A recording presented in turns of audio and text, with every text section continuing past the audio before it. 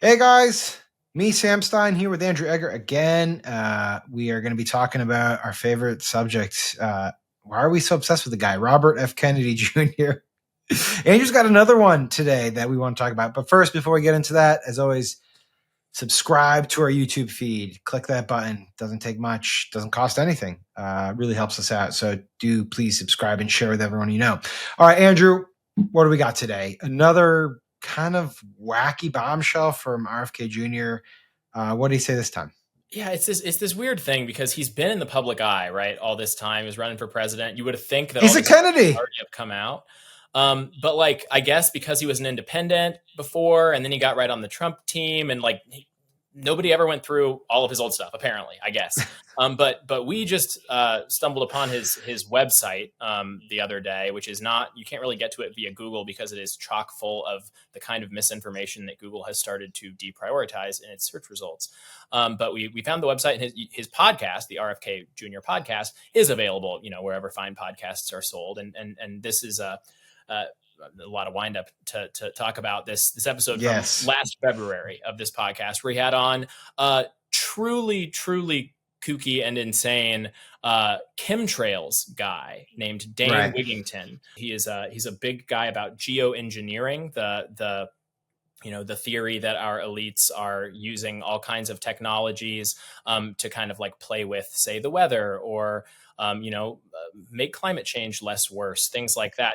There's a real concept, geoengineering, that the actual global elite do actually talk about sometimes. But the theory that this guy was bandying about is that geoengineering is already happening at a mass scale in the form of chemtrails, in the form of hundreds of millions of tons of aluminum particles, free aluminum particles, being distributed in the fuel of airplanes all across our fair land every year. What we're seeing in our skies are not condensation trails in almost all cases. They are sprayed particulate trails, and we're not speculating. It's funny because let's stop for a second. Because I was at a conversation with like people in DC who are like fairly well informed and follow stuff. This is about a week ago, and I was talking about chemtrails, and they just were like, "What are you talking about? What are chemtrails?" I assume that everyone knows the chemtrail conspiracy, but I guess not. So do you want to take a stab at it? Like, I could try. Yeah. No, I mean, so chemtrails at base is very simple. Chemtrails is like a creation myth for like, why do some airplanes leave those permanent? Yeah. You look up at the sky and there's like long trails of steam. Yeah, and you're like, that's interesting. That airplane didn't leave one, but that airplane that I saw the other day did. I wonder why that is. And chemtrails is, this theory that comes in to explain that. Well, some of those airplanes are just flying, but other airplanes are actually dumping, masses of particulate matter into the air, for various reasons. There are a lot of different conspiracy theories. What are some of the theories? The umbrella of chemtrails. Well, some people, I was going to say on the kookier end, they're all pretty kooky. One such theory is that they're dumping chemicals to keep us sicker, to make it to prop up the medical industry, the pharmaceutical industry, to create these problems that they then cure. Another one is mind control. The nuts and bolts of that one I'm not going to try to explain, but chemicals that maybe keep us sedated, keep us compliant, things like that. And then there's this one, and this is the one that RFK's guest, Mr. Wigington, actually was alleging, which to be fair is closer to the actual geoengineering that some people have proposed could at some point happen, which is that you're dumping sort of mass tiny particles way up in the upper atmosphere in the hope that you will block and reflect back a lot of solar radiation, in the hope that maybe that's something that can deal with climate change. Right, but his point was, and I tried to listen to this. In fact, I made it fairly far, but my mind was about to explode. His point was that they were doing it sort of indiscriminately and unscientifically, and that they were probably poisoning people because they were so concerned about climate change that they were just saying, let's get all these aluminum particles. Elements, starting with aluminum, which is named in one of the most significant climate engineering patents. And the climate engineers themselves have stated their goal of putting tens of millions of tons of aluminum nanoparticles into the atmosphere annually as part of solar radiation management to block some of the sun's incoming thermal energy, with no consideration of the consequences whatsoever. Yes, yeah. It's his point was not this is a thing that the elites have like thought about as like something that might someday work to address climate change. He was like, this is a thing that we are doing. Basically, every airplane that you see overhead is participating in this, and they're all covering it up. They're dumping, hundreds of millions of tons of aluminum in the air every year, is what he was saying. And so RFK basically is like, what? Sounds good to me, or sounds right. Well, how does he handle it? Well, I mean, yeah. I mean, he asked him a couple of not very probing, sort of like just asking questions type questions. Like, now this is interesting. I used to be a pilot. Are you saying that my airplane was like pumping this out while I was doing stuff like that? As well as like, well, how this is interesting. If this is all happening, how are they making all this cover up happen? Obviously, this is a guy who knows his stuff forward and backward. This Mr. Wigington guy, he's really interesting. He's been doing this stuff for ages. He like tries to ambush Bill Gates at conferences at Davos to yell questions at him and things like that.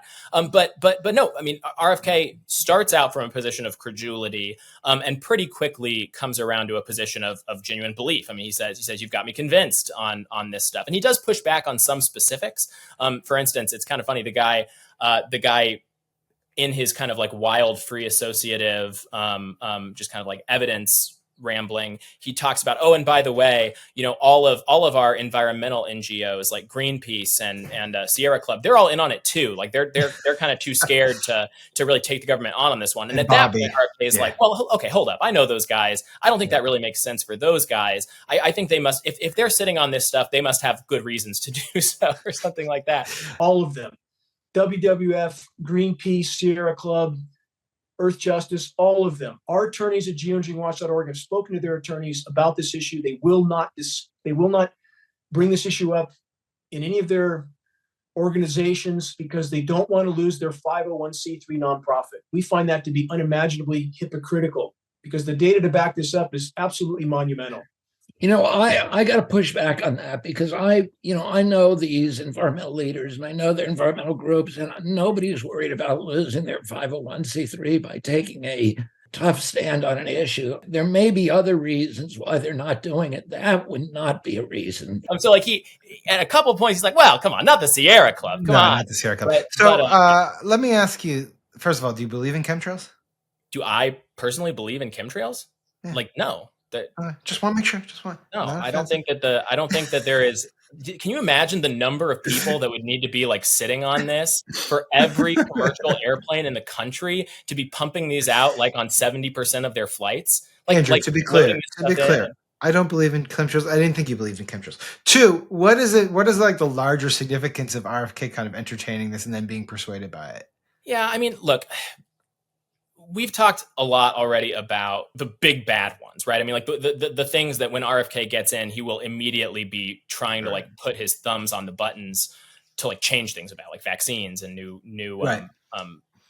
treatments for different illnesses and things like that. This is a little bit more just like a window into the mind of the guy, right? I mean, he's not going to be in control of aviation in any meaningful way at HHS, but it really is just interesting. And I mean, I'm sure we've just kind of scratched the surface of this podcast and what we've done since yesterday, but like just to listen to him, the credulity, like we've said, with which he kind of approaches this whole thing, the total lack of any kind of like recoiling away from the kind of Pepe Silvia style free associating proof texting that the guy's doing. And he said a couple of interesting things and stop me if I'm going too far afield here, because I didn't really get into this in the piece. But one thing that he said that was so interesting to me, and I think it really kind of highlights where RFK is coming from with this stuff, but also with the vaccines and also in his environmental work, is he talks about how, like, in his view, human beings are constantly trying to apply engineering solutions to environmental problems, that we are coming in with all our technology and all of our kind of disruptive human living and digging and all these sorts of things. And we're creating these like environmental problems that we then try to solve with more human ingenuity, with engineering solutions. And he thinks about this in terms of environmental stuff, where he's like, these companies are just putting Band-Aids on all the environmental damage they're doing. He also thinks about it in terms of vaccines. I mean, this is what he thinks. This is kind of the root of his vaccines issue. Well, this is why he said, like, let's put an 8-year pause on infectious disease research and look at like sort of more therapeutic approaches to getting rid of our and of course looking at chronic illness and things like that. So yes, it's deeply unscientific and conspiratorial brain that would sort of suggest how he would operate at the head of HHS. none of this seems to like matter politically, which I've noticed, which is kind of interesting. Like today, a CNN story came out. He called Trump Hitler 8 years ago. I guess half So the did people JD who, Vance, right? yeah, Like, so half the people who work for Trump called him Hitler at one point. But like, you see these stories and it's like, yeah, he thinks the pandemic might have been planned by Trump, and he believes chemtrails might be real, and then the senators are sort of like, well, yeah, he's a weirdo, but like, we'll kind of keep him focused. And I guess, is it like cognitive dissonance? Like, what is going on here? Like, are we the only ones who care about this stuff, or is this just like maybe our politics antennas are off? Explain that. yeah, I mean, it's honestly a really good question, and I don't 100% know how to parse it, because obviously there are some things that the Senate will not tolerate. We just had Matt Gaetz, just an hour ago or whatever, say that he didn't think he was going to be able to get to confirmation, and he stepped aside. So, and that was over, personal scandal type stuff. But RFK Jr. has also been accused of a lot of like insane Horrible personal things, misconduct. Like sexual assault. I mean, obviously, like tons of philandering. He kind of drove his first wife to suicide with his philandering, and then by divorcing her. I mean, like just allegedly he did that.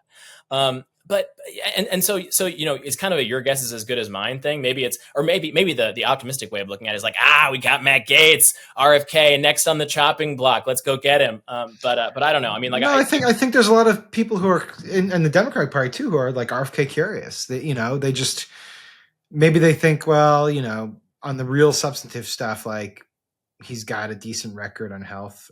He like wants healthy food, and surely that's good. And then let him go think about chemtrails. It's not going to matter because chemtrails aren't real. Maybe that's like how people are approaching this. I think kind of like the Panglossian, Pollyanna-ish sort of way of looking at him is he'll get in there and he'll take a look at the vaccine data. Like the way he always wants to, he'll throw open the books and he'll realize, we had all these questions, but actually it turns out, the numbers do add up, and nobody is, orchestrating this. That's not really how it works. And meanwhile, they're like, and then maybe on the margins, he also does, get artificial dyes and flavorings out of our food, and that does help people stay healthier on the margins. I don't like I think, like I said, that's kind of the rose-colored glasses case for looking at the guy. But I mean, I think that I'm sure we agree that like if you're weighing all these things up, let some non-crackpot go do the food dye stuff, maybe would be like where we'd come from on the question. Yeah, and also a guy without all the sexual assaulting. Yeah, fair enough. All right, Andrew Egger. Everyone should be reading Morning Shots anyway, but this one was particularly good. Thanks for sifting through all the RFK podcasts for us. I really appreciate it. Human service. Looking forward to your next discovery. And as always, tune in to us at the Bulwark and subscribe to our YouTube page. Take care.